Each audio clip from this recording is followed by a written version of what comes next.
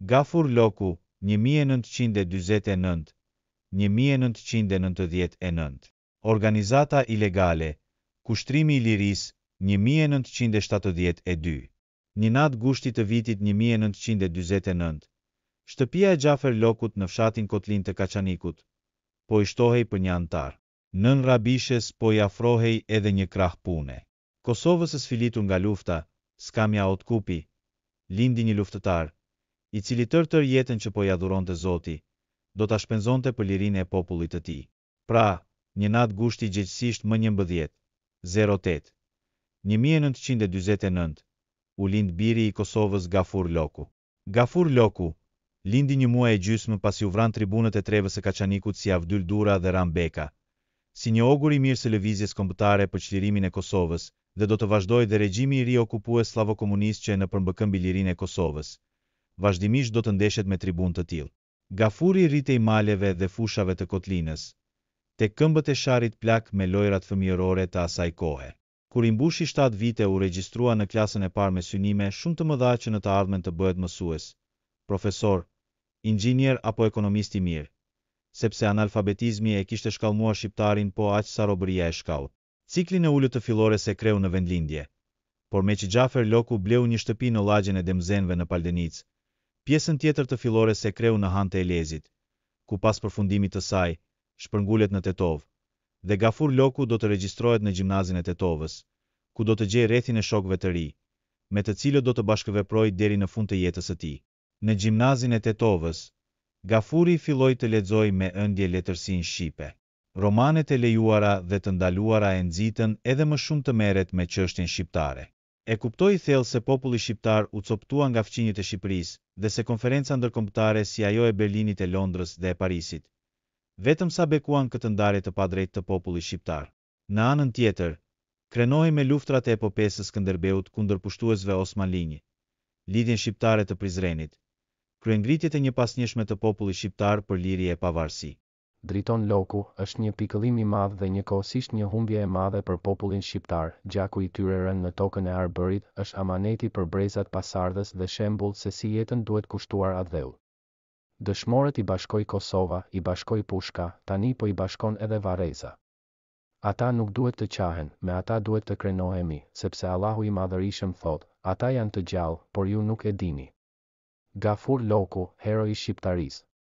Kur mendoj për Gafur Lokun, prore më shkon mendja te poezia e dashur, por e dhimbshme e Fanolit Syrgjyn vdekur, kushtuar shkrimtarit dhe veprimtarit kombëtar Luiq Gurakuqi. Në vargjet e para të kësaj elegjie Noli I thërret nënës alias shqiptarisë që të mbaj zi për vëllain Luiq, pastaj e quajti shpirt I bardh si dëbor, vigan liberator, që la kurorën e lirisë nënës në vlorë të vitit të madh 1912, gojmjalt në fjalë dhe në shkrime, I vendosur në parimet e tija kombëtare për liri e mëvetësi si zemër hekur. Në fund vajton fatin që Luigjin e vran në barit e Italisë larot, renegatët, armiqtë e Luigjit dhe të popullit shqiptar. Këto cilësi njerëzore dhe kombëtare për Luigjin Noli I bën si përgënjeshtrim shpifjeve të sajuara se atë e vran pse ishte tradhtar. Pa pretendime plagjiature të motivit poetik nolian për Luiq Gurakuqin krahasimi me figurën e Gafur Lokut, do të doja të peshoja vlerën e këtij të fundit.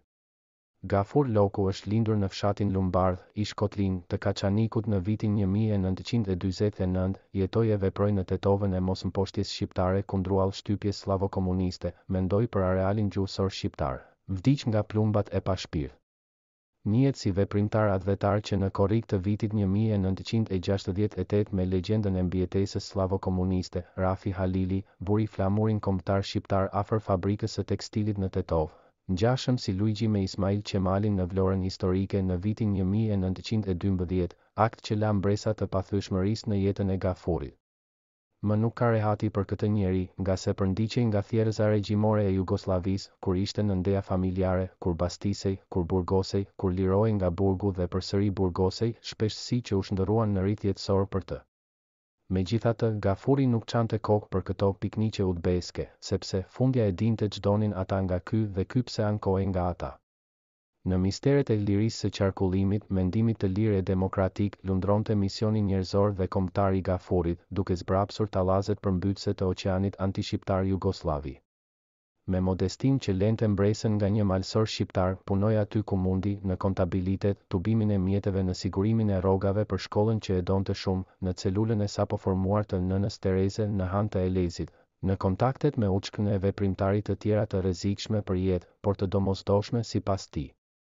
Në bisedë me të, kur një bashkëbisedues thoshte se flinte në Maic, Gafuri shfaqi pasigurinë e tij ndaj kohës, dhjetor 1998, se flinte gati me rroba, me që në çdo çast mund ta bastisnin e zinin nga fil.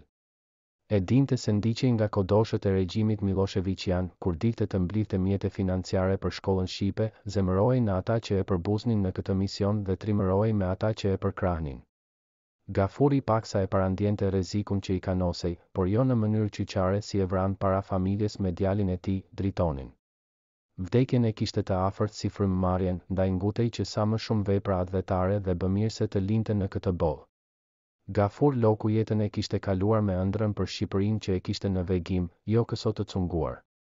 E njëte një Shqipëri tjetër me një popull shqiptar që e dëshironte dhe që kishte besim në të, I liruar nga grillat ideologjike e etatiste të titoizmit hipokrit e rankoviqizmit panslavist, kryeneqist Miloševiqiane e dinakërisë post-Miloševiqiane. E donte një regjim të tij shqiptar, qoftë edhe zhelan ai, por regjim në tokat e shtëpisë shqiptare ku frymohet shqiv. Zatën, kësisoj ishte edukuar nga librat, gazetat e revistat, audio e video incizimeve nga Mërgata dhe Shqipëria. Në to ai e gjente Gafurin e Ilirisë, të mesjetës së Skënderbeut, të rilindjes së Naimit e Çajupit, të pavarësisë së Ismail Qemalit e Isa Boletinit, Gafurin bashkëkohanikëve të tij si vëllezërit Gërvalla e Recep Mala, heronjve të uçkës trimëruese dhe shpresë lindur për të. Këta e shumë të tjerë që botën shpirtërore e lëndore shqiptare do ta vendosnin në kalan e lartë të mëvetësisë, zhvillimit dhe pavdekësisë. Vetja dhe familja për të ishin shumë të vogla, gati të parëndësishme kundruall çështjes kombëtare, parim I njerëzve të përkushtuar për humanitet e çlirim të gjithanshëm. Veprimtarin iluministe arsimuese e kishte bërë edhe në burgje, sipas rrëfimeve të bashkëvuajtësve të tij, duke I mësuar analfabetët të lexojnë e shkruajnë shqip, deri edhe në poezi, bashkë me intelektualët tjetër si Mehmet Gega, Beqir Berisha, Shpëtim Pollozhani e të ngjashëm. Figura e Gafurit, jeta dhe veprimtaria e tij është edukative sidomos për brezat e ardhshëm të këtij nënqielli. Ai në jetë nuk e ndjente veten si Kaçanikas, Hanelezas, Tetovar, por edhe Ulqinak, Preshevar, Suliot I Çamërisë.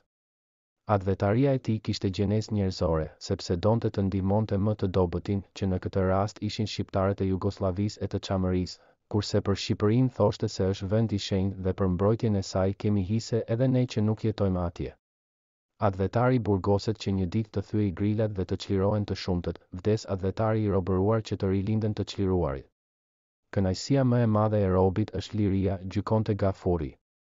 Përkushtimi I tij mëson se njeriu nuk duhet të luftojë vetëm një javë, një vit ose një dekadë, por advetari luftën borxh e ka gjatë tërë jetës së tij, me veprat që lë pas edhe pas vdekjes lufton për interesat njerëzore, kombëtare, pa kursyer asgjë. I bindur se nuk kam mundur ta sheshoj sa duhet personalitetin, veprën jetësore dhe shëmbulltyrën postmortem të Gafur Lokut, ashtu si e përshkroi Noli atë të Luiq Gurakuqit. Binduni se ai ishte njeri që për mbjelljen e gjërave të mëdha nuk zgjidhte vend dhe kohë, çmim e rrethan. Advetar I